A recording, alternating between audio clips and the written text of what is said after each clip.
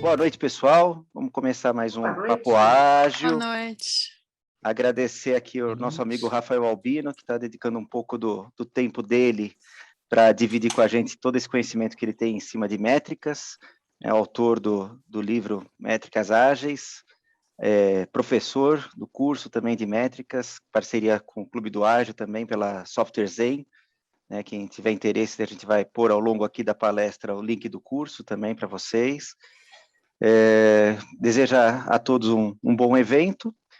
O Albino vai conduzir aqui os trabalhos conosco. Albino, o show é seu, você fica à vontade, compartilhar a tela, abrir câmeras, dividir a galera em sala, se for o caso, não sei qual é a sua dinâmica. Eu gosto de ser surpreendido, então eu não combino nada antes com os nossos palestrantes, a não ser o evento em si. Então, fica à vontade, a bola está contigo, meu amigo. Maravilha, gente. Boa noite a todas, todos e todos aqui. É um prazer poder estar com vocês.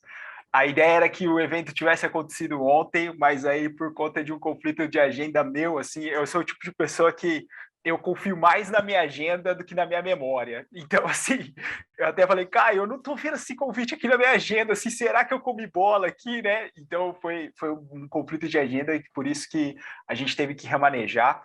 E eu fico muito feliz de ter todas e todos aqui e saber que o material também ele vai ficar disponível no YouTube para depois as pessoas, né, que não puderam estar aqui conosco hoje, elas poderem consumir, né, esse nosso bate-papo.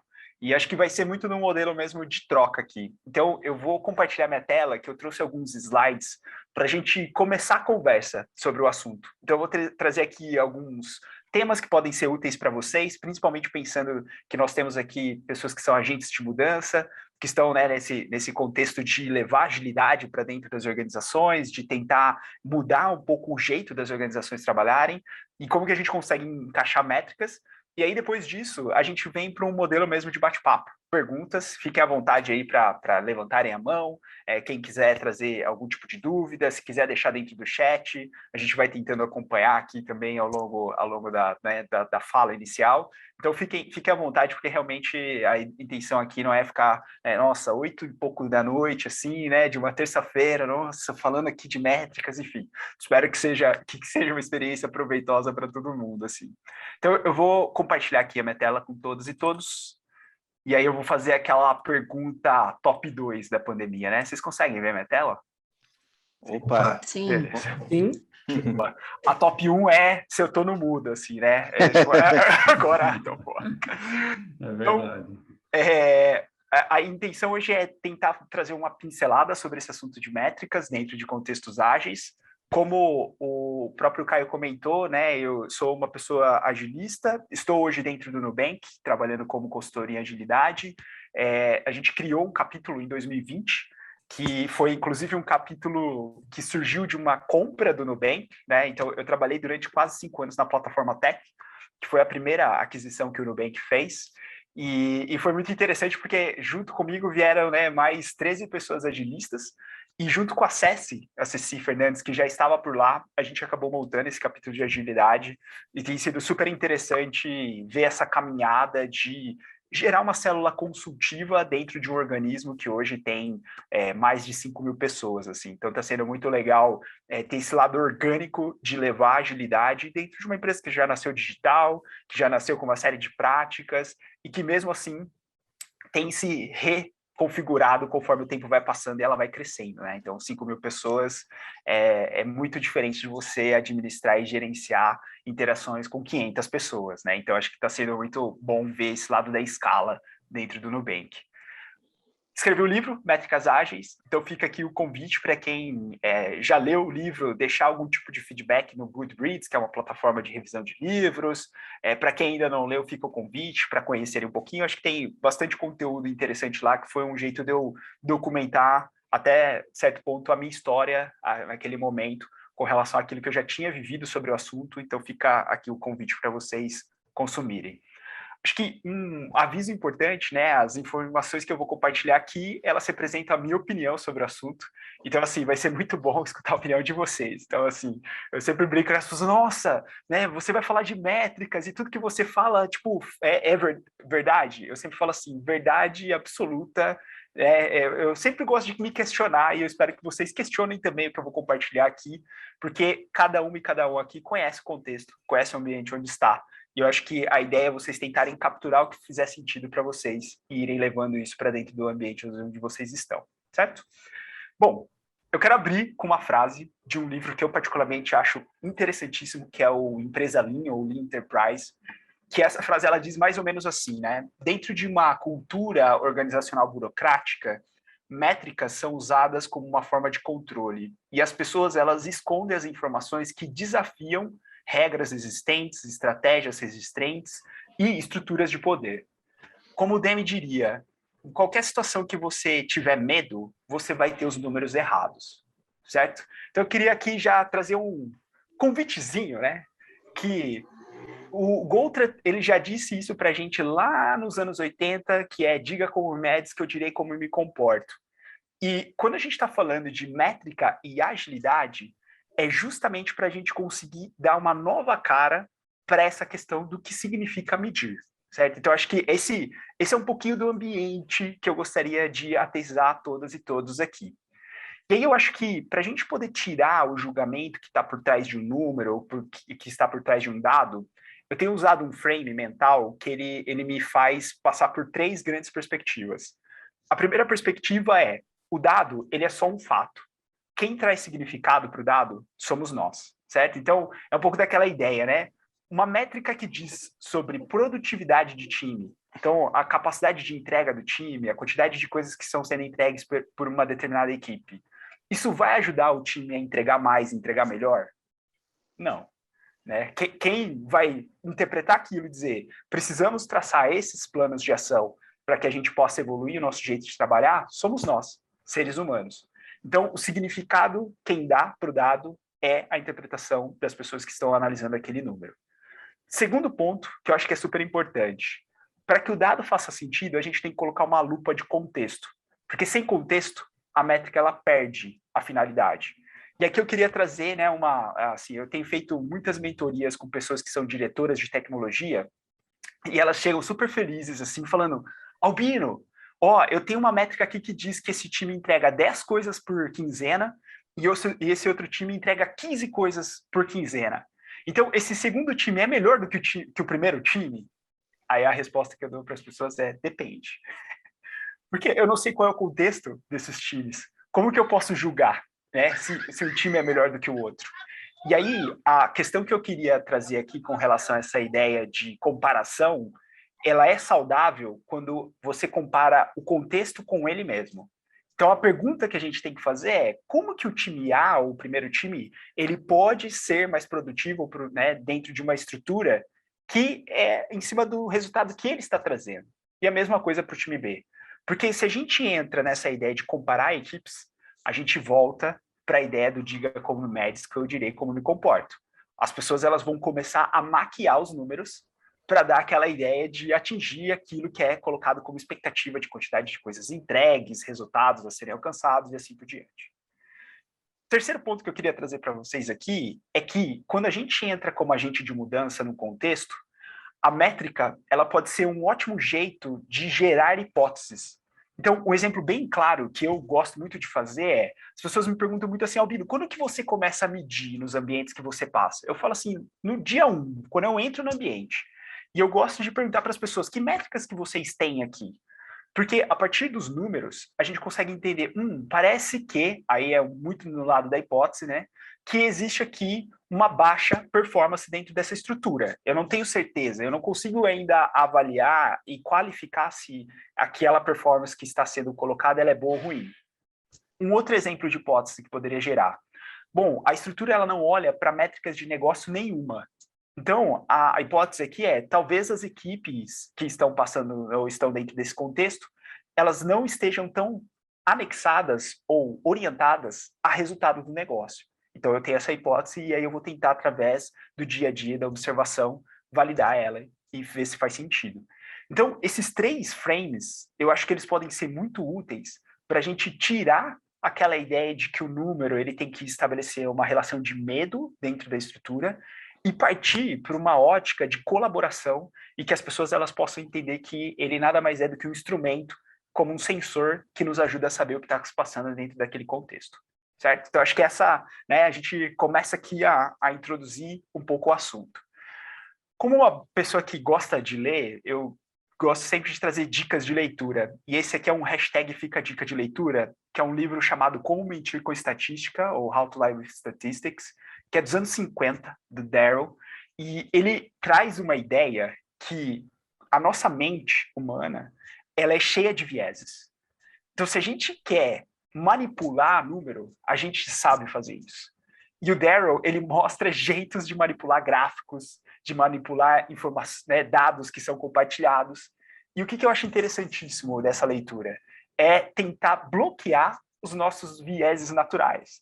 Então, toda vez que eu fico em dúvida, eu estou meio suspeito se esse dado está fazendo sentido. Eu volto no livro do Darrell, vejo lá dentro dos padrões que ele tem de como mentir com estatística, e falo, tá vendo? Tá aqui, ó. O eixo desse gráfico ele foi mudado para dar uma percepção de que o número ele é muito mais acentuado do que de fato é. Então eu falei, então vamos ajustar o eixo do gráfico aqui para ter, de fato, uma escala que seja coerente com a visualização que está sendo colocada ali, da métrica que está sendo colocada ali. Então, acho que o livro do Darrell, super interessante, tem em português, e acho que é muito bacana para vocês terem ali dentro do repertório de vocês como pessoas agilistas. Eu queria trazer aqui algumas perguntas que as pessoas costumam me fazer e mostrar para vocês algumas estratégias para tentar responder essas perguntas. A primeira delas é, existe alguma coisa atrapalhando o fluxo de trabalho de uma organização? E a primeira dica que eu queria deixar aqui é, nós não gerenciamos trabalho que está invisível. Então, esse é um case real de uma pessoa diretora de produto que ela chegou para mim e ela disse o seguinte, Albino, eu tenho a impressão que a minha estrutura não entrega. A pergunta que eu fiz para a pessoa foi, onde esse trabalho está visível? Aí a pessoa falou, não, tem parte do trabalho que está no e-mail, tem outra parte do trabalho que está numa planilha, tem outra parte do trabalho que está dentro do comunicador interno da empresa. Aí eu cheguei para a pessoa e para o time dela e disse o seguinte, vamos centralizar isso dentro de um quadro? Que vai mostrar tudo o que está se passando de iniciativas dentro dessa estrutura?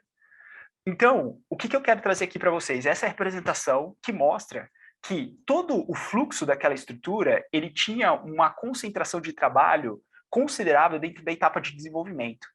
E quando a gente olhava para a etapa de entregue, de fato, tinha só uma das iniciativas feitas e, proporcionalmente falando com o restante das iniciativas que estavam nos estágios anteriores, a gente viu o desbalanço. Então, se a gente está muito naquele espírito de levar agilidade para dentro das organizações, um passo que é super importante é trazer para a superfície o trabalho que está sendo feito, certo? Então, acho que essa aqui é a primeira dica, antes para a gente entender o que está se passando dentro da estrutura e para a gente conseguir tangibilizar o que está se passando dentro da estrutura. Segunda dica que eu queria trazer para vocês, quando a gente está lidando com múltiplos times, então eu tenho aqui departamentos com 2, 3, 4, 5 equipes, existe uma variável que precisa ser gerenciada, que é a variável das dependências, certo? Então, aqui muito aquela perspectiva, o time A depende do time B, que depende do time C, que depende do time D, e assim por diante. Ter clareza do número de dependências vai ajudar vocês a identificarem, por exemplo, redes no trabalho que está sendo feito da sua estrutura, que são super importantes de serem monitoradas, porque o atraso em uma determinada iniciativa vai afetar outra que tem que depende dela. Então, eu acho que um ponto importantíssimo para a gente colocar aqui em pauta é, a partir do momento que a gente sabe o que está se passando, é super importante a gente conseguir linkar e gerenciar as dependências que existem entre os trabalhos que estão se passando naquela estrutura. Porque assim a gente consegue ir mitigando e otimizando essas dependências. Então, hoje dentro do Nubank, uma das coisas que acontece muito aqui é como nós podemos diminuir o número de dependências. Porque quanto menos dependência a gente tem, mais ágil a gente vai ser no sentido de construir as coisas, porque a gente não fica naquele lance da espera do trabalho de outros times ou de outras estruturas, certo? Então, segunda dica, número de dependências. Isso vai ajudar a trazer uma fluidez muito maior para as estruturas e uma agilidade quando a gente imagina esse quesito de agilidade organizacional. Terceira dica é a idade das coisas que estão em aberto, estão em progresso. Esse é um exemplo de um gráfico. Então, o que a gente tem nessa visualização? Eixo horizontal, as etapas de fluxo ou as etapas de uma estrutura, E eixo vertical, tempo ou a idade que aqueles itens estão em aberto, eles estão em work in progress, né, que é a métrica vindo do termo em inglês. Cada uma dessas bolinhas representa um trabalho em aberto. E é interessante que a gente consegue ver que essas bolinhas em vermelho, que estão sinalizadas aqui, elas estão bloqueadas. São itens que estão parados dentro dessa etapa em progresso. O que a gente consegue tomar de decisão quando a gente olha a quantidade e o quanto envelhecido está o nosso inventário de trabalho em progresso? A gente simplesmente pode decidir descartar coisas que estão velhas demais, certo? Então, eu acho que no trabalho do conhecimento, não sei na empresa que vocês atuam, mas lá na Suíça, é muito comum trabalho ficar envelhecido porque está escondido, as pessoas esquecem deles. Lá na Suíça é muito comum isso. A galera esquece de atualizar o status do trabalho, a galera... Então, é muito comum isso acontecer lá na Suíça. Então, esse tipo de gráfico, ele acaba sendo muito útil para dizer, ó, tá vendo essa bolinha aqui, que está há quase 70 dias em progresso? O que a gente está fazendo a respeito? Quais são as estratégias que nós podemos, né, colocar aqui em prática para ou realmente tomar uma decisão de parar de fazer aquilo, ou, de fato, de colocar toda a energia da equipe para conseguir finalizar essa demanda, porque 70 dias ou mais, a gente já está perdendo o tempo que o negócio espera para aquela demanda ela ser finalizada. Então, idade do WIP, idade da quantidade de trabalho em progresso. Isso é uma ótima métrica de tomada de decisão de descarte, certo? Então, acho que essas são dicas que eu gostaria de deixar para vocês para responder essa primeira pergunta. Segunda pergunta que as pessoas geralmente me fazem. Por que a gente tem a impressão de que trabalha pra caramba e a gente não enxerga as coisas fluindo, né, no nosso fluxo de trabalho? Assim? E aí, eu queria trazer para vocês aqui um instrumento que pode ser útil para vocês conseguirem identificar esses gargalos dentro do fluxo, que é um gráfico de CFD, ou um gráfico de fluxo acumulado. O que a gente tem dentro dessa visualização, quem está vendo, né, pela primeira vez? Eixo horizontal a gente tem tempo, então aqui nesse exemplo são semanas, semana do dia 6 até o dia 10, do dia 13 até o dia 17. Dentro do eixo vertical a gente tem itens de trabalho, e cada uma das cores que estão representadas dentro desse gráfico representam as etapas do fluxo. As etapas do fluxo do seu departamento, as etapas do fluxo da sua equipe. E a gente consegue ter uma ideia do total de itens acumulados que passaram por aquelas etapas. Eu acho interessantíssimo esse gráfico, gente, porque, assim, sem precisar ir até a equipe, só pela visualização, a gente consegue identificar questões como, olha, parece que está entrando mais trabalho do que está saindo dentro desse time aqui, ou dessa estrutura aqui. Parece que tem trabalho estocando aqui na etapa aguardando testes. Já faz 5 semanas que a etapa finalizada não tem trabalho nenhum que entra dentro dela. Então, o time não está finalizando o trabalho. Tem entrado bastante coisa dentro desse fluxo se comparado com a quantidade de itens que foram entregues. Então, dentro de uma visualização, a gente consegue tirar todos esses insights do que se passa dentro daquela estrutura e dentro desse fluxo. Qual que é a dica que eu deixo para vocês, para quem está vendo pela primeira vez CFD aqui? Se vocês derem um Google, né, pesquisarem no Google, padrões de CFD, vocês vão ver que tem vários textos falando sobre o assunto, mas tem um texto do Daniel Teixeira, que eu adoro referenciar, que é um agilista que trabalhou na K21, que ele mostra modelos de gráficos de fluxo. Então fica a dica vocês lá darem um Google, padrões de CFD K21 Daniel, vocês vão encontrar, né, um atalho bem interessante para vocês entenderem padrões. Mas, no fundo, esse gráfico, gente, ele é útil para a gente conseguir entender a saúde de um fluxo, certo? Então, nos processos seletivos que eu fazia na plataforma Tech, eu perguntava para a pessoa, você sabe o que é um CFD? Aí a pessoa geralmente falava, sei. Aí eu pegava uma folha e falava assim, você pode desenhar um CFD para mim? Né? Eu quero que você mostre um gargalo no CFD. Qualquer etapa que você quisesse. E aí era interessantíssimo ver, né, que as pessoas elas ficavam com medo de dizer que elas não sabiam o que era o gráfico de CFD. Então, depois eu fui aprendendo, eu falei assim, você realmente conhece CFD ou você está com medo de me dizer que você não conhece CFD? Aí a pessoa falava assim, não, Rafael, eu realmente não conheço. E aí na própria entrevista a gente conversava, né, e eu mostrava para a pessoa como era, assim. Mas acho que o grande ponto do gráfico de CFD é a gente tentar entender o porquê. É para a gente saber se existe gargalo e como está a saúde daquele fluxo, daquele time, daquela estrutura. Então, é uma ótima ferramenta para a identificação de gargalos. Terceira pergunta que geralmente as pessoas me fazem, e acho que lá na Suíça isso é muito comum, e eu não sei se na empresa de vocês é possível entregar antes? Né? Não dá para entregar antes esse projeto, né? Lá na Suíça isso aparece assim de tempos em tempos. E aí, eu acho interessantíssima essa pergunta, porque antes da gente conseguir ter resposta para ela, a gente precisa saber se o nosso sistema de trabalho ele não está saturado. O que a gente tem dentro desse gráfico? Eixo vertical, throughput ou vazão, quantidade de trabalho que está sendo entregue pela equipe ou por aquela estrutura, e eixo horizontal, quantidade de trabalho em aberto.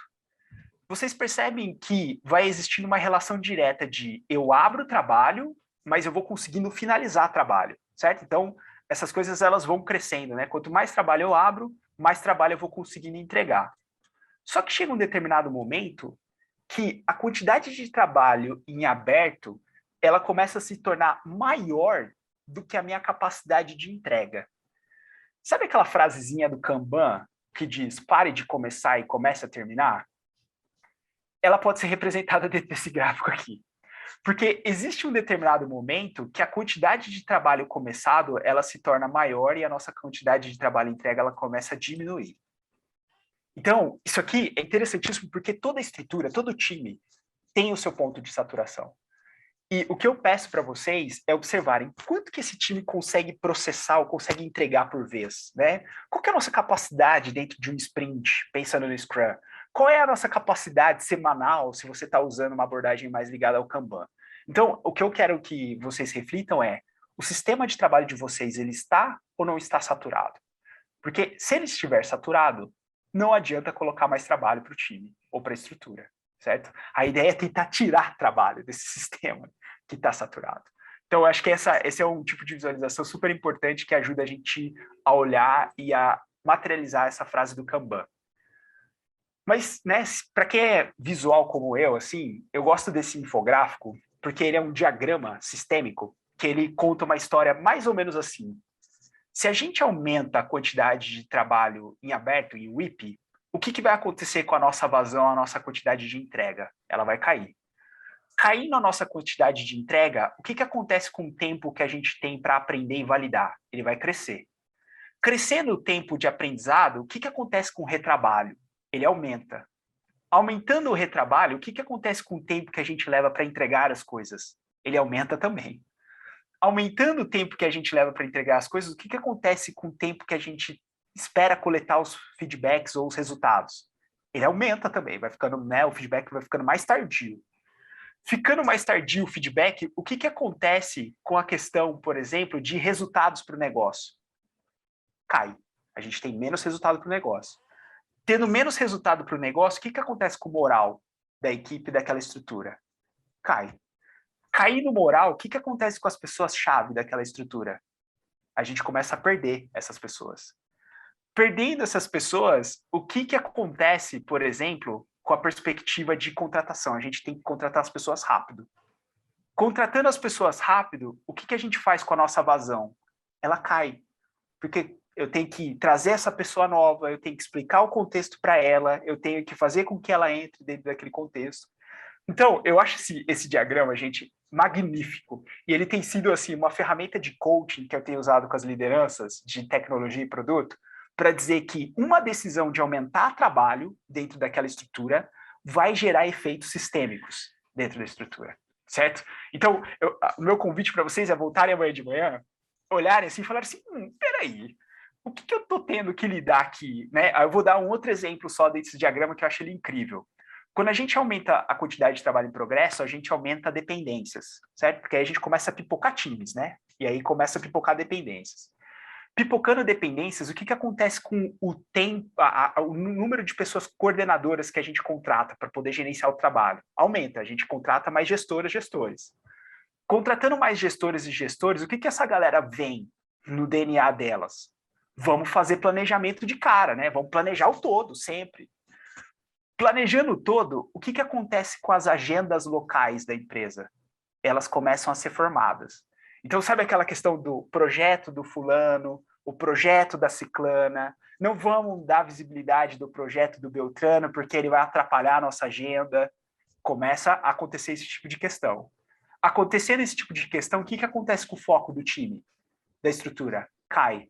Caindo o foco do time, a gente tem menos outcome ou menos resultado. Então, enfim, só para vocês perceberem que esse diagrama aqui, ele mapeia de um jeito muito inteligente efeitos que acontecem simplesmente por a gente decidir abrir mais um projeto dentro da nossa fila na organização, certo? Então, acho que fica aqui a reflexão para vocês pensarem em quais variáveis vocês estão gerenciando aí.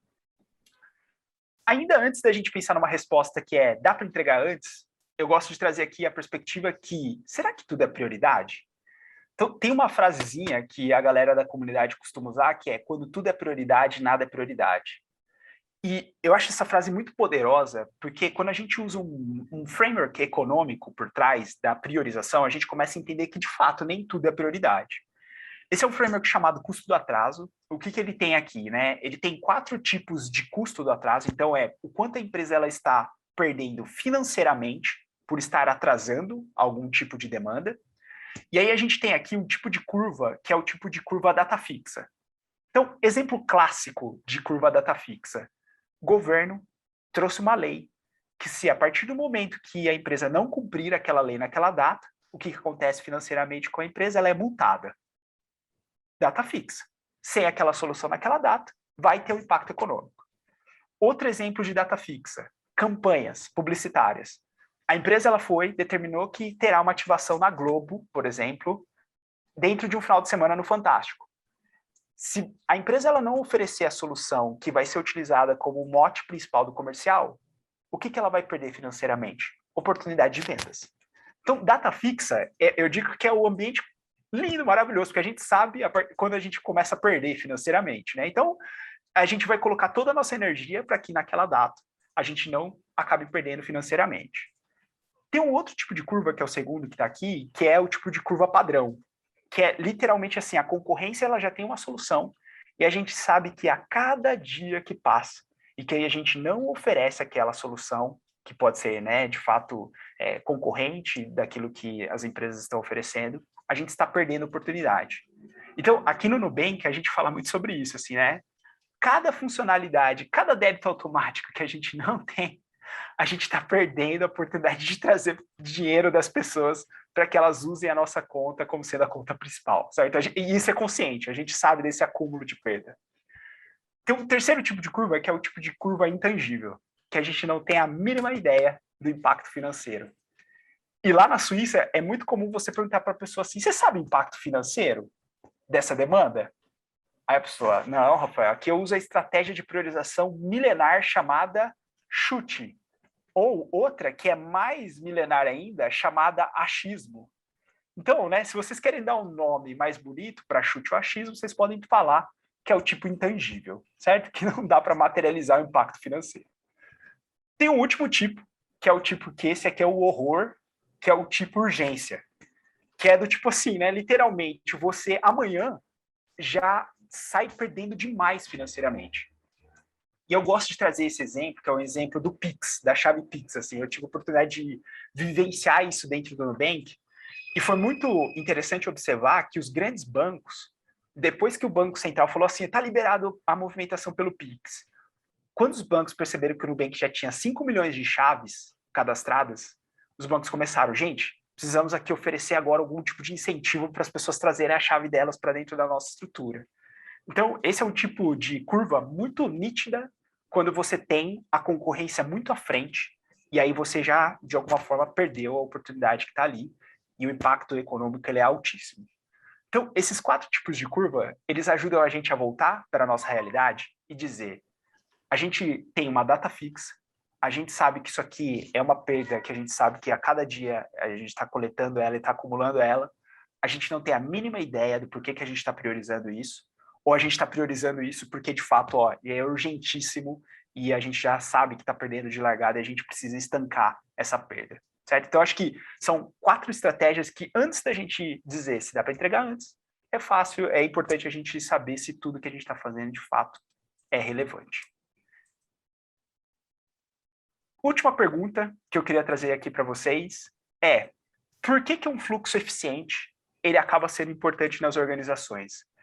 E aí, para trazer algumas ideias em cima dessa pergunta, eu me remeto aqui ao Alisson Vale, né, um filósofo nosso brasileiro, aí, quando a gente está falando de desenvolvimento de produtos e software, que ele criou uma fórmula, e para ele, a fórmula ela tem dois grandes elementos. Hipóteses que são criadas dentro das organizações, o mínimo de tempo que eu levo para validar essas hipóteses.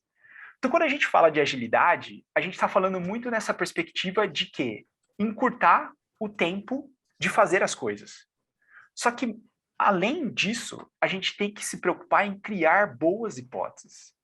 Então, o que eu acho interessantíssimo, né? Quando, por exemplo, o Carole, o Fábio, né, a comunidade fala sobre Lean Inception, né, ou fala sobre concepção de produtos, é porque as pessoas estão querendo criar boas hipóteses. Quando a gente fala de fluxos eficientes, a gente está falando de pegar aquele produto mínimo, construir ele o mais cedo possível para dizer se aquela hipótese que a gente tem faz sentido ou não. E negar essa hipótese o mais rápido possível. Então, gente, quando as pessoas perguntarem para vocês assim, o que é agilidade, né, para as organizações?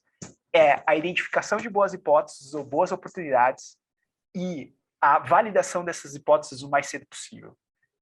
E acho que isso é importantíssimo para a gente colocar dentro da cabeça das organizações o pensamento da eficácia, que seria fazer as coisas certas, e o pensamento da eficiência, que seria fazer as coisas da melhor maneira, certo? Então, acho que esses dois motes, eles acabam sendo importantíssimos para a gente conseguir seguir e aumentar a maturidade de agilidade nas organizações.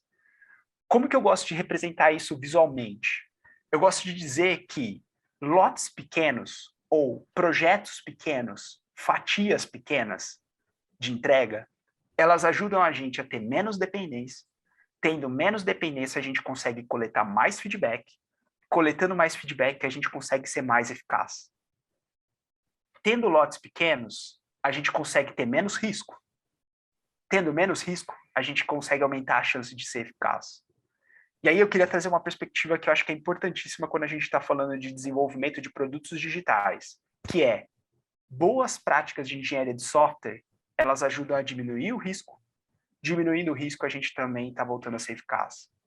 Boas práticas de engenharia acabam fazendo com que nós entreguemos software mais cedo. Entregando software mais cedo, a gente está chegando mais próximo da eficácia. Então, esse diagrama, eu gostaria que vocês voltassem na empresa de vocês e discutissem assim, a gente tem boas práticas de engenharia? Se não, o que a gente pode começar a implementar de boas práticas? A gente tem fatiado lotes ou criado lotes pequenos, MVPs e essa ideia toda de produto mínimo? Se não, como que a gente consegue reduzir o tamanho desse lote? A gente tem gerenciado dependências? Porque a partir do momento que a gente coloca essas três variáveis e começa a observar elas, a gente vai estar se aproximando da eficácia, certo? Então, acho que essa é a ideia que eu queria trazer dentro dessa perspectiva. Para quem gosta de livro, tem aqui mais uma sugestão, que é o Accelerate, que é um livro que foi uma pesquisa de doutorado, e eu sou fissurado nessas coisas assim, que esse livro, ele mapeia uma série de variáveis que acabam falando ou dizendo se uma empresa está sendo ágil ou não. E uma dos construtos ou dos elementos que foram analisados nessa pesquisa é o impacto da gestão Lean dentro das organizações que foram analisadas. E aí, o que a autora e os autores descobriram? Que limitar trabalho em progresso, ter gestão à vista, ter feedback do produto que está sendo feito e ter processos leves de aprovação ajudam as organizações a criarem uma cultura mais colaborativa, a entregarem software com mais frequência e a terem menos burnout. Olha que coisa curiosa, né, gente? Gestão ágil ajuda a ter menos burnout. Olha que coisa interessante, né? Por que será isso, né? Então, assim, eu achei interessantíssimo isso. Quando as pessoas me perguntam por que agilidade dentro das organizações, é justamente porque a gente quer ter esses benefícios de uma cultura mais colaborativa, da perspectiva de entregas constantes, né? Atender clientes de forma frequente, porque isso vai fazer com que as pessoas se conectem com o senso de propósito, e elas se conectando com esse senso de propósito, elas diminuem o risco de terem, por exemplo, burnout. Então, acho que fica aqui uma dica, o livro Accelerate pode ser uma ótima leitura para vocês. Prometo que eu já estou terminando a nível de observações aqui. Tem, né, uma última pergunta que eu queria só provocar vocês aqui, que é o porquê que a gente precisa se enxergar como criadoras e criadores de produtos, principalmente nesse século XXI, que é o século que a gente está vivendo. Tem uma tirinha do Gilbert, que eu adoro, que ela fala mais ou menos assim: a gente entrevistou uma porrada de pessoas e transformamos todas as sugestões delas em funcionalidades. Aí ele fala assim, acho que todas as pessoas que a gente conversou, elas deveriam ser idiotas. Por quê? As sugestões, né, ruins delas arruinaram o nosso produto. Aí o fechamento, né, da tirinha é assim, em contrapartida, eu acho que a gente deveria ter falado com pessoas que trabalham fora deste prédio. O que o Gilbert está querendo nos trazer aqui? A relevância da gente ir até as pessoas que são clientes. A gente precisa, quando a gente está falando de agilidade, escutar quem é cliente. Então, né, um instrumento que seja, pode ser uma pesquisa como o NPS, que é o Net Promoter Score, pode ser uma pesquisa de satisfação, pode ser uma... Que instrumento que não precisa ser o instrumento mais rebuscado, mas nós precisamos de insumos para não acontecer o que o Gilbert comentou aqui, de construir produtos que não vão ser usados por ninguém, certo? Então a gente precisa ter esse tipo de informação, esse tipo de sensor.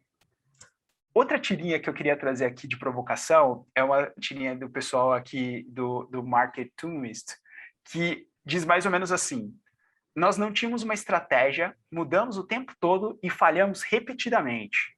O caminho será dizer para a diretoria que estavam sendo apenas ágeis. Então, agilidade sem estratégia também é oca, certo? Dizer que um raio esquadificador passou pelas empresas de vocês e agora tudo virou squad, não vai fazer com que a empresa seja ágil. Agilidade tem a ver com foco, com direcionamento e com clareza do que está sendo feito. Então, né, usar o Scrum, usar o Kanban, usar o Safe é só um meio para a gente promover a agilidade dentro das estruturas. E essa tirinha, ela provoca bastante isso, e eu queria que vocês saíssem com esse espírito daqui. E aí, né, como que a gente então traz isso de um jeito mais prático, assim? Tem um conceito, que é o conceito de musculatura digital, que eu acho que ele é interessantíssimo, que ele pode ser muito útil para vocês observarem nas empresas de vocês se essas capacidades, elas estão presentes. A primeira capacidade é aprender a usar dados para alcançar resultados. Então, sabe toda aquela cultura orientada a dados e assim por diante? Acho que isso, né, a gente está num mundo que dado é literalmente uma das principais estruturas de ativo das organizações. Segunda capacidade é liderança comprometida. Então, eu costumo dizer que movimentos de transformação, de mudança, eles começam pela alta liderança. Então, a gente tem que conquistar pessoas patrocinadoras na alta liderança. Senão a transformação ela não vai acontecer. Terceira capacidade, negócio e tecnologia sendo uma simbiose, né? Aquela coisa integrada. A gente tem que tirar aquele pensamento silo, que eu tenho TI de um lado, negócio do outro, e as estruturas não se conversam. Não, quando a gente está falando de estruturas digitais e ágeis, a gente está falando dessa mescla, uma coisa em conexão com a outra. Quarta capacidade, desenvolver um ecossistema de parcerias, de confiança. Então, eu acho isso interessantíssimo, porque eu interajo muito com gente que trabalha em empresas mais tradicionais, e eu falo para essas pessoas assim, a grande ideia que vai transformar essas grandes organizações, né, ou grande visão, são as conexões que elas farão com as empresas satélites do ecossistema. Porque esperar que as mudanças aconteçam apenas de dentro vai ficar muito limitado, né? O foco fica muito limitado ao conhecimento que as pessoas têm ali do ambiente, da organização. Então, a gente tem que ampliar e abrir para o ecossistema do mundão afora para aprender com esse ecossistema. Quinta capacidade, agilidade em todos os níveis da empresa. Então, não dá para falar só de agilidade no time. A gente tem que falar de agilidade na estratégia, a gente tem que falar de agilidade no nível da coordenação e orquestração. Então, a agilidade ela tem que estar em todos os níveis. E o último ponto é garantir que as pessoas elas estão aprendendo novas habilidades todos os dias. Provavelmente, o nosso trabalho como agilista, daqui 10 anos, ele vai deixar de existir. E vai ter um novo papel que vai emergir. E aí a gente vai ter que estar a todo momento reaprendendo, né? Desaprendendo e reaprendendo. Então, eu acho que essa perspectiva, essa consciência de que seremos pessoas que estarão continuamente aprendendo, é importante e as organizações precisam entender isso também. Porque as habilidades que estão sendo demandadas no século XXI, elas são totalmente diferentes daquele mundo mecanicista que foi o começo do século passado. Então, acho que essa é uma desafio que a gente tem aí e que fica como reflexão. Só para fechar, tem um pensamento que eu acho que é um pensamento super importante quando a gente está falando, né, de agilidades e métricas, que é o pensamento científico. E eu acho que se a gente só lembrar, sei lá, dos TCCs que a gente já fez na vida, ou qualquer tipo de pesquisa que a gente fez na vida, a vida de transformação, a vida da transformação das organizações seria muito mais simples. Por quê? O que o método científico ele ensina a gente? A observar o ambiente, e aí literalmente é ter tempo de entender o que está acontecendo naquela estrutura, é conseguir fazer boas perguntas, então ao invés de vir com muitas respostas, a gente prefere ir com a formulação de bons questionamentos. Sabendo formular as perguntas, a gente pode ir atrás de referências. Então, a gente pode ir lá na empresa X, Y, Z e entender o que elas estão fazendo. Indo atrás das referências, a gente pode criar hipóteses. Olha, adaptando esses métodos aqui, a gente tem a hipótese de implementando eles aqui dentro da empresa, a gente vai ser mais efetivo e efetivo. A partir das hipóteses, a gente tem que ir para campo, tem que experimentar, tem que colocar o método para rodar. Aprendendo através da experimentação, a gente vai analisar aqueles dados. Um exemplo muito clássico é o lead time do time, o tempo que a gente está levando para construir coisas, está diminuindo? Por quê? Fazendo essa análise dos dados, a gente tira uma conclusão, que é um aprendizado. E a partir desse aprendizado, a gente volta para o fluxo de novo, de observação. Então, o método científico ele é maravilhoso, porque ele nos ensina que qualquer tipo de mudança, se a gente segue esses passos, a gente consegue, né, de alguma forma, interpretar o contexto, criar instrumentos para medir se está fazendo sentido aquela mudança que a gente está propondo, analisar os resultados da mudança e, a partir disso, tomar novas ações. Então, a dica que eu dou para vocês aqui é bebam dos métodos científicos, assim. Eles são importantes atalhos para a gente pensar nas transformações das empresas. Falando de uma visão organizacional de metrics, porque muita gente também acaba me questionando, esse é um framework que eu gosto de usar de 4 grandes vetores de métricas, que é um vetor de negócio, um vetor de processo, um vetor de pessoas e um vetor de técnico. E para cada um desses vetores a gente determina. Então, no de negócios, a gente vai observar receitas, custos, manutenção de receitas, novas receitas.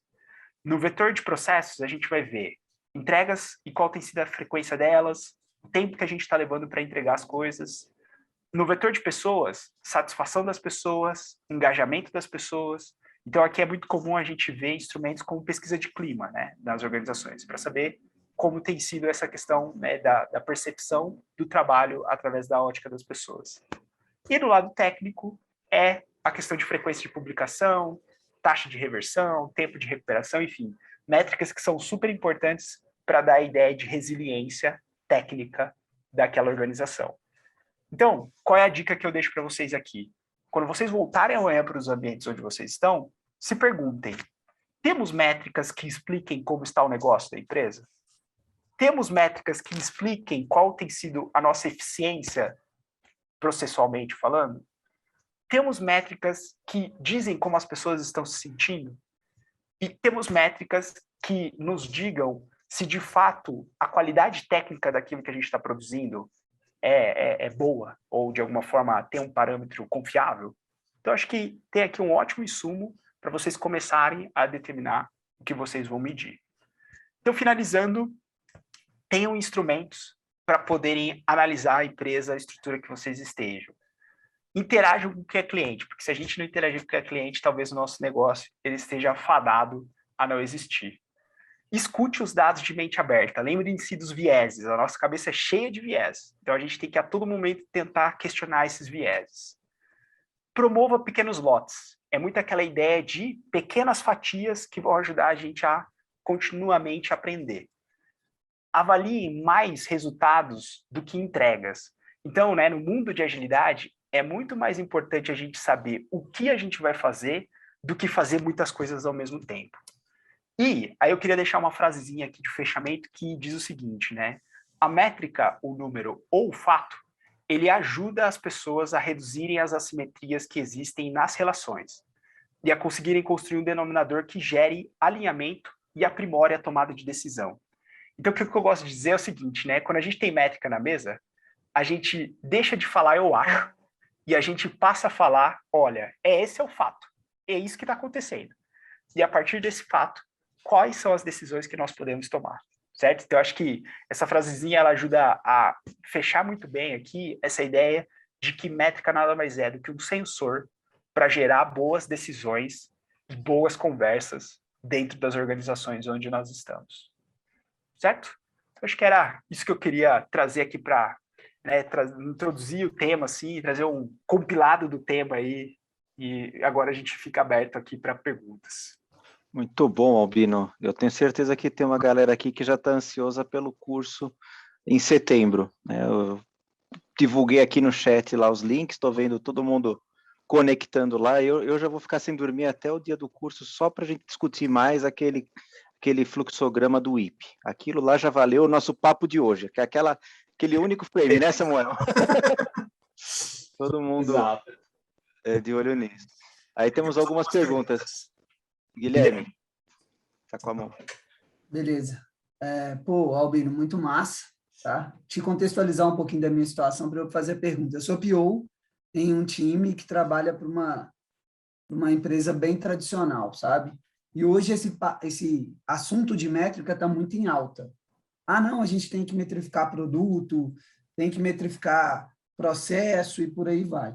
Mas aí eu vejo um grande empecilho, por assim dizer, é porque eu tenho um time hoje que está em processo de maturação, ele não é um time completamente maduro, e é um time que precisa, na minha concepção, começar a trabalhar com dados. Como é que você vê isso hoje? Uma vez que, não, a gente precisa de dados, a gente precisa metrificar, e muitas das vezes o time não está pronto para isso. Como transpor isso? Como começar? Isso está sendo muito difícil dentro da empresa, conseguir metrificar tanto a parte de produto, processo e por aí vai. Muito bom. Aí, Guilherme, acho que trazendo um pouco para a ótica de produto, né?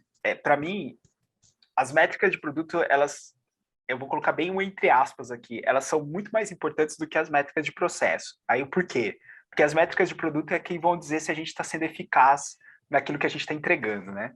Mas eu sempre brinco que não é joga métricas de processo de lado e diz que elas não são importantes. Mas aí, por exemplo, pensando num processo de priorização, eu focaria muito mais em instrumentalizar essas métricas de produto, usando algum software, alguma questão que ajude vocês a centralizarem essas métricas. E aí eu acho que fica o convite, né, para o grupo pensar assim, quais são as métricas mais importantes do nosso produto? Eu vou te dar exemplos. É receita? É evasão de clientes? É a perspectiva de funil de vendas? Porque aí a gente tem aqui a questão de atração, retenção, né, de clientes. É a perspectiva de conseguir entender o ticket médio do produto, porque tem vários produtos dentro da organização. Então, acho que o exercício seria priorizar essas métricas de produto e falar, gente, vamos começar aqui a medir isso e a usar isso dentro do nosso dia a dia. Então, acho que essa seria, né, já trazendo uma resposta, uma dica aqui, começar pelas métricas de produto. Nas métricas de processo, que aí você falou, o time está amadurecendo, né? Eu sempre gosto de trazer para as equipes que é legal a gente fazer um trabalho de fundação antes da gente começar a olhar as métricas de processo. E que trabalho de fundação é esse? Primeira questão é ter o quadro, ter uma visualização do trabalho. Porque se a gente nem não visualiza, como que a gente quer trazer algum tipo de medida, assim, né? A gente nem está vendo o trabalho fluir. Então, esse é o primeiro ponto. O segundo ponto é a gente conseguir determinar a granularidade de demanda. Então, é um pouco daquela ideia, assim, né? Se eu trabalho num conceito de épicos, histórias de usuário e tarefas, é eu determinar o que é um épico, o que é uma história de usuário, o que é uma tarefa. Então, é ter políticas claras de tamanho de lotes, assim, porque eu acho que isso ajuda depois a você conseguir, por exemplo, como PO, chegar e entender, olha, um épico leva de 2 a 3 meses para ser entregue.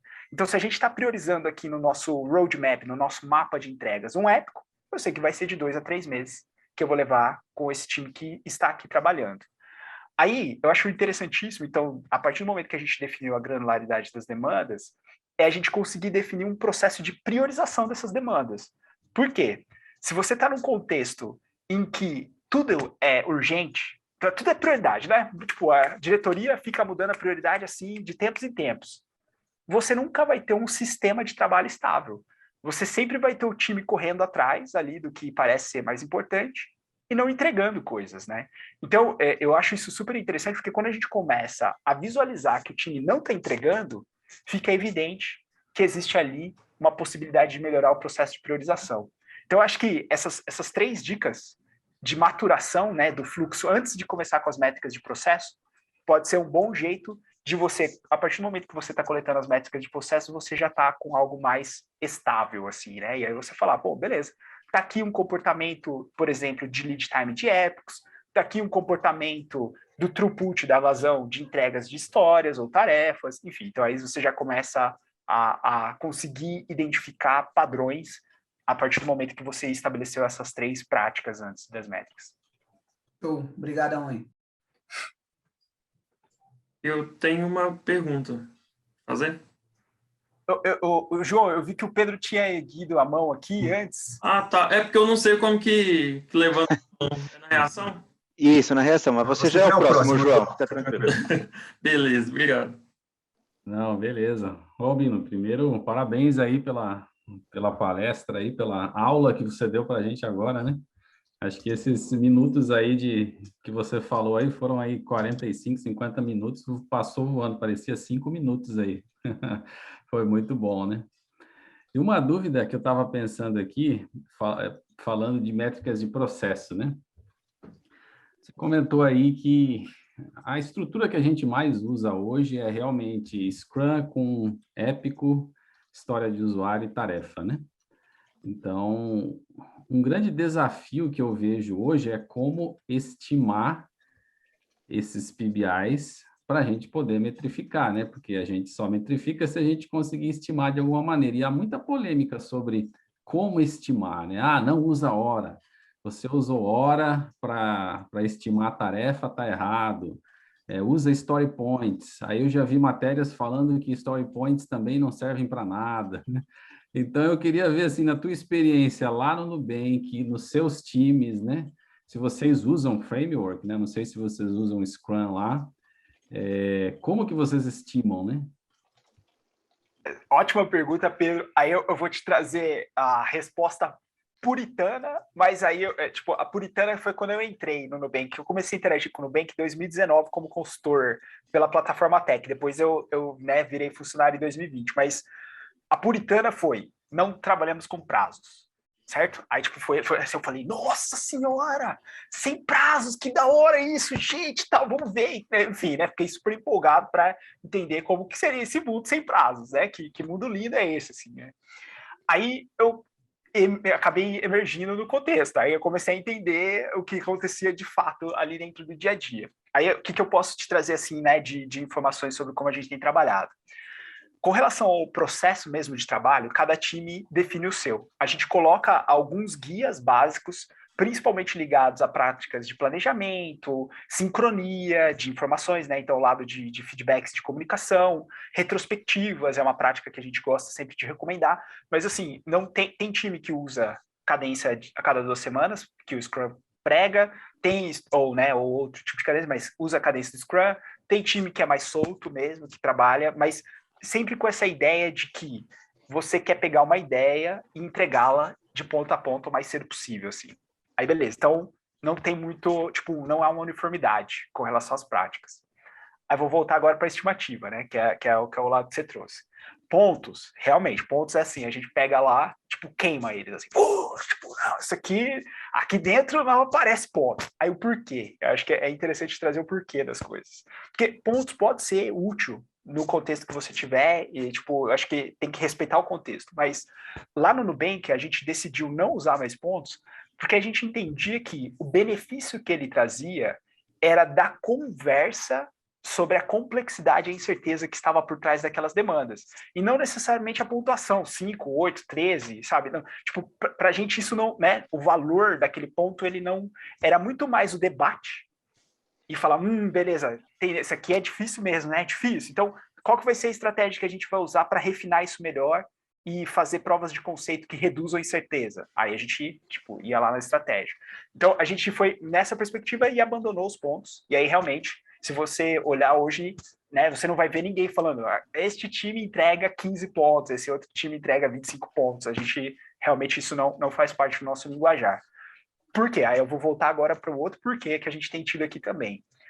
A gente tem preferido ir para uma abordagem de vamos ver a demanda de negócio, vamos determinar o prazo a partir da demanda do negócio. Então, é assim, 3 meses, 6 meses, 9 meses. Isso é o negócio que está direcionando, porque existe uma oportunidade que está sendo declarada ali e tem uma análise de negócio que diz isso. É porque o Banco Central determinou que se a gente não entregar esses 6 meses, a gente vai ser multado. Então, assim, a gente pega esses direcionadores de negócio e se pergunta, o que dá para entregar em 3 meses, ou em 6 meses, ou em 9 meses? E a gente vai monitorando isso ao longo desse tempo. Então, a gente não precisa ficar, sabe, com aquela carga cognitiva de, isso é 6 meses e meio ou 7? Isso aqui é 5 meses ou é 8 meses, né? A restrição está dada do tempo. A gente tipo, não discute mais sobre isso. Assim. A discussão que entra em voga é do escopo que vai ser feito ali.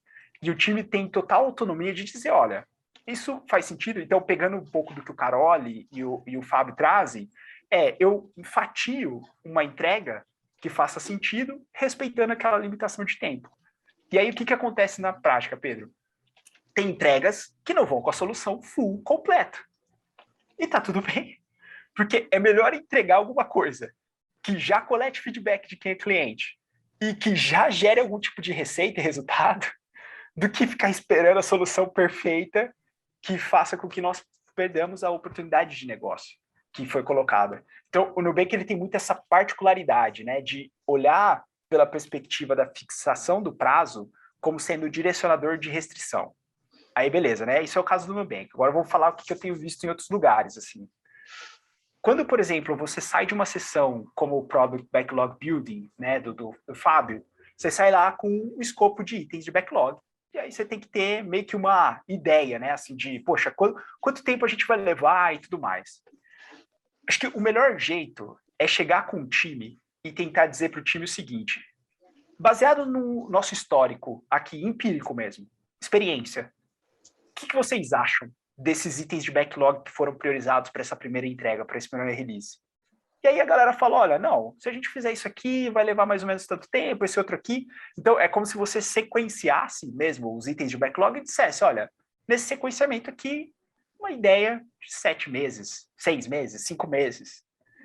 Só que, Pedro, eu acho que é interessantíssimo quando a gente vai levar isso para as pessoas stakeholders, já levar num tom de que aquilo é uma possível projeção de entrega. E não falar para as pessoas assim, é 5 meses mesmo, né? Por quê? Quando a gente leva em 5 meses, as pessoas meio que entram no hardware delas, assim, né, mental, que é tipo assim, 5 meses. Aí você fala, não, mudou agora, a gente aprendeu, agora vai para 7. Não, vocês falaram 5, vocês vão ter que trabalhar de final de semana, vocês vão ter que fazer... Enfim, aí começa todo aquele estresse grande. Então, só para fechar o comentário, eu sempre digo para as pessoas, quando elas começam a falar de projeção de entrega, que é muito melhor você ir dando visibilidade do que está acontecendo na entrega em curtíssimo prazo. Então, assim, a cada 10 dias ou a cada 15 dias, você senta com as pessoas stakeholders e fala, olha, isso é o nosso planejado, isso foi o executado e teve essa variação. Então, você já está dando visibilidade do que está acontecendo. Então, toda a quinzena você está fazendo isso. Porque aí você traz a pessoa stakeholder para o barco. E, conforme você vai analisando a performance do time, você vai dizendo, olha, então a gente está ajustando a performance aqui, baseado nas últimas semanas, que parece que 5 meses vai, de fato, fazer sentido. Ou, a gente está falando aqui no 3º mês, que se a gente continuar crescendo o escopo e continuar crescendo nessa taxa a nossa entrega, a gente vai precisar de mais um mês, porque o escopo está crescendo X e a nossa entrega está crescendo X dividido por exemplo, um terço, um X dividido por 3.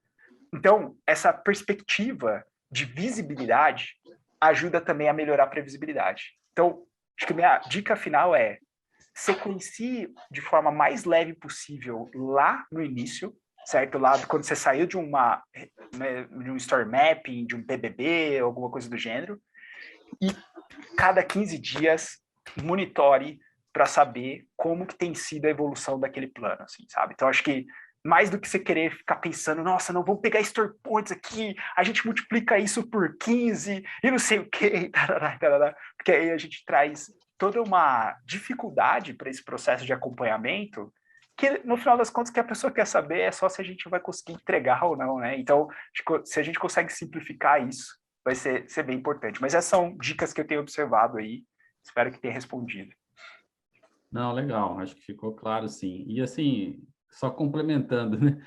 No dia a dia, vocês têm alguma métrica de vazão, por exemplo? Vocês fazem um throughput, alguma coisa assim? Porque normalmente stakeholder quer saber vazão, né? Ah, o time está trabalhando, o time está aumentando, o time está rápido, não está, né? Como que vocês fazem lá? A gente tem todas essas métricas de vazão, lead time, coisas do tipo, mas a gente tem uma classificação, que eu acho que essa para mim é a mais interessante, assim, porque no fundo a gente fala se aquela demanda ela é business value, valor para o negócio, se ela é manutenção da casa, né, da limpeza da casa, é o housekeeping, e se aquela demanda ela é uma demanda não planejada. Então, toda demanda a gente mapeia essas 3 informações. Para quê? Para quando a gente for mostrar a vazão, a gente consiga classificar ela. E não simplesmente dizer, entreguei 10 coisas. Tá. 10, mas 8 delas foram valor para o negócio. Uma foi manutenção da casa e uma foi a não planejado. Beleza, tá lindo, né? 80-20 aqui, Pareto.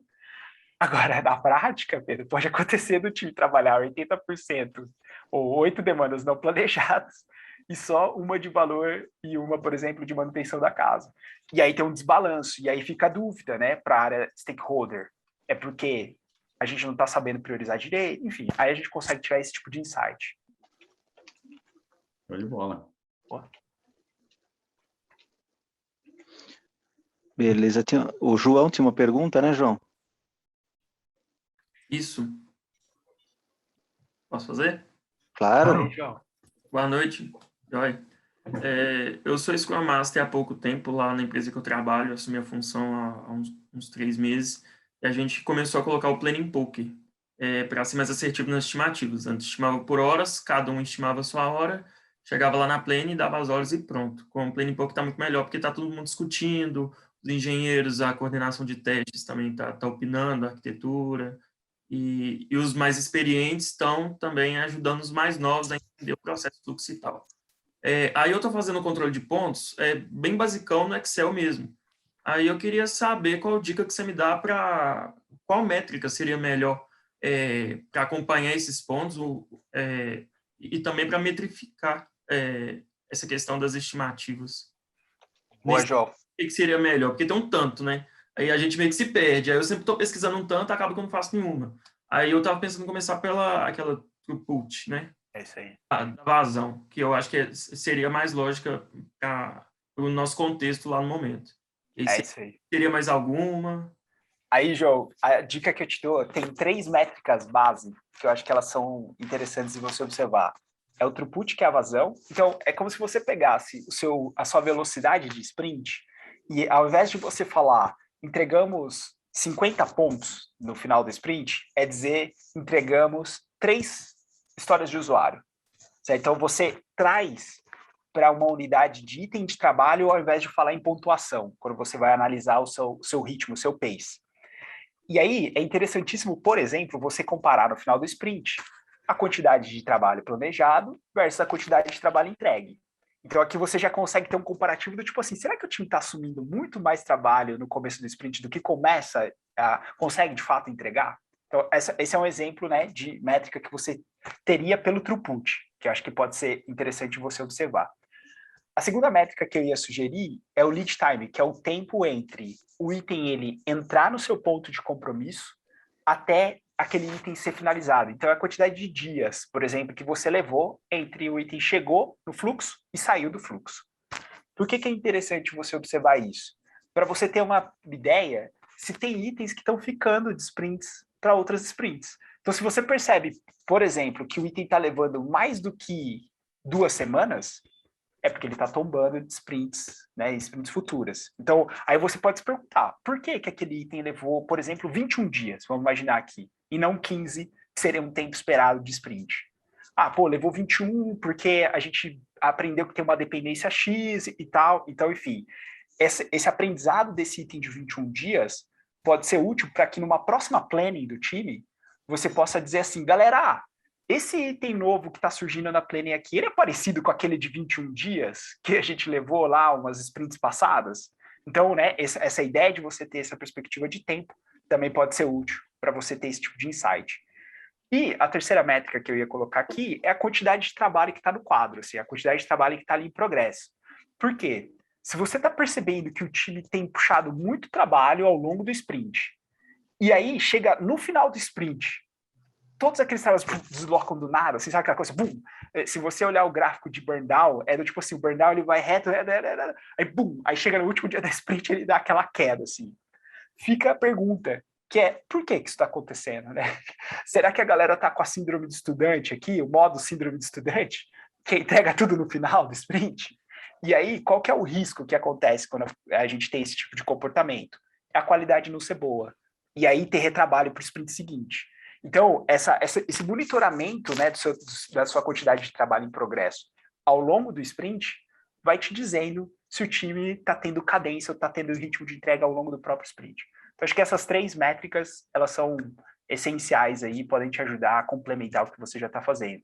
Aí eu posso te dizer, se você estiver usando Jira como software de gestão das tarefas, tem uma ferramenta chamada GetNave, que ela te dá essas métricas. Então, eu sugiro você dar uma testada nela, assim, ela tem aquela versão livre por 30 dias, né? Aí você testa lá, tem um painel com várias métricas, assim. Qual que é o nome? É GetNave. Esse aqui, ó, vou mandar aqui no chat. GetNave. Beleza. Essa última que você falou é o IP, né? É o IP, exato. Tá, eu poderia, se eu quiser ver só a carga de sprint, tipo, um tempo mais reduzido, eu poderia substituir esse lead time por cycle time? Aí eu vou te deixar aqui uma pulguinha atrás da orelha, que é o seguinte: cycle time é lead time. Então, assim, aí eu vou te deixar na pulguinha atrás da orelha, por que as pessoas usam cycle time? Mas aí, sim, você pode usar. Geralmente as pessoas usam cycle time como tempo de ciclo, né? Entre o início do desenvolvimento até a entrega. E o lead time como sendo o início do compromisso com quem é cliente até a entrega. Aí, você vai perceber, tipo assim, no livro eu falo um pouco sobre isso. Eu sou um pouco crítico ao cycle time, mas é só porque eu sou chato, tá? É porque, assim, se a gente pega o modelo Toyota de produção, o cycle time tem um outro significado, que é muito parecido com o throughput. Então, assim, por isso que eu sou meio crítico. Então, eu falo assim, é tudo lead time, e aí eu tenho lead time de construção e lead time de quem é cliente, né? O lead time da pessoa cliente. Então, eu acho que, mas sim, essas informações você consegue quebrar bem ali. Entendi. Não, porque pelo que eu estava pesquisando, lead time seria tipo quando entra no backlog e quando sai para o cliente, né? E cycle time seria mais questão de desenvolvimento e entrega mesmo. É isso aí. É isso aí. Obrigado. Valeu. Mais alguma pergunta, pessoal? Temos lá o Guilherme e o Samuel de mãos erguidas. Guilherme, acho que você foi o primeiro, porque ele ordena aqui pelas mãozinhas. Tá. Eu pergunto muito que eu estou tendo muito problema com métrica, tá, Albino? Seguinte, o que você considera ser o melhor caminho, né? A gente teve 2 vertentes na empresa, uma... só lembrando, eu sou PO, tá? Uma procurando a métrica norte, né? A North Star Metric, né? Que é aquela métrica ali que vai para o... que é a métrica do seu produto, ou você acha melhor eu vir emergindo isso com métricas, por exemplo, de módulo, ou métricas proxy, e vir até tentar achar essa North Star Metric? Por onde começar? Porque, nossa senhora, eu estou tendo problema demais. Lá nos squads nossos tem gente tentando achar essa métrica norte, fica batendo cabeça 5, 6, 7 semanas tentando achar, enquanto tem gente começando de baixo para cima e não chega num consenso, porque tem como se fosse uma plataforma com diversas demandas, por assim dizer, né? Diversos cases de sucessos, de valores diferentes. Por onde começar? Qual que é a sua visão disso? Aquele tipo de pergunta, assim, do $1 milhão de dólares, assim, porque, literalmente, né, definir qual é a métrica chave da organização é sempre um desafio. Aí, Guilherme, quais são os atalhos que eu sugiro para vocês? O primeiro atalho é entender o modelo de negócio da empresa. Então, literalmente, é você pegar um Business Model Canvas, né, um quadro de Canvas de negócio do Osterwald, e você olhar para aquele Model Canvas e dizer o seguinte: que métricas nós estamos observando para avaliar custos do nosso modelo de negócio? Que métricas nós estamos utilizando para avaliar receitas? Que métricas nós estamos avaliando para analisar proposta de valor? Segmento de clientes? Canais que nós temos usado? A perspectiva de fornecedoras e fornecedores ou atividades-chave que são feitas por agentes externos. Então, assim, no fundo é você pegar o modelo de negócio e identificar os sensores em cada um daqueles componentes. Por quê? Se você consegue determinar métricas, um conjunto de métricas ligadas à segmentação de cliente, então, perfil demográfico de quem é cliente, a perspectiva do ticket médio por cliente, por tipo de cliente e tudo mais, você já tem um insight. Isso aqui que é o importante para a gente agora. Mas se você quiser assim, um texto que pode ser uma boa referência para quem está nesse universo de tentar pensar em, nossa, que métrica que a gente vai seguir aqui, tem um texto de um site que eu sigo, que é o X Design, que ele tem aqui uma árvore de métricas que eu acho que dificilmente o seu contexto não vai cair em alguma dessas métricas desse post aqui, tá? Então, assim, ali você vai ter uma árvore que passa por a questão de aquisição, a questão de taxa de ativação de clientes, a questão de usuários por ação no produto, a questão de taxa de referenciação de quem é cliente. Enfim, você tem métrica para tudo ali nesse mapão. E aí pode ser um guia para você dizer assim, olha, essas são as métricas estrela aqui dentro da perspectiva do produto. Então, acho que ou o modelo de negócio ou esse mapão pode ser ótimos inputs aí para vocês definirem. Show. Obrigadão. Samuel, a palavra é sua, meu amigo. Show de bola. Primeiramente, parabéns aí, Albino, pela apresentação. Muito show. Muito bacana aí a aula que você trouxe para a gente nessa noite. E eu queria falar um pouquinho sobre o Time to Learn. Você comentou sobre essa métrica aí na sua apresentação, que é um indicador com certeza importantíssimo, mas na prática a maioria dos times está preocupado somente com o tempo que a gente leva para colocar o negócio em produção. E daí a gente coloca em produção e deixa para lá. Mas e aí? Mas o que é que a gente aprendeu com isso? O que é que o nosso cliente lá na ponta ganhou quando a gente colocou o item lá em produção? Então eu queria que você comentasse um pouquinho dessa relação entre o Time to Learn completo e essa nossa vontade, esse nosso desejo de simplesmente colocar em produção e só medir até aí. Essa é a pergunta, é a provocação que eu tenho feito para as estruturas que eu passo.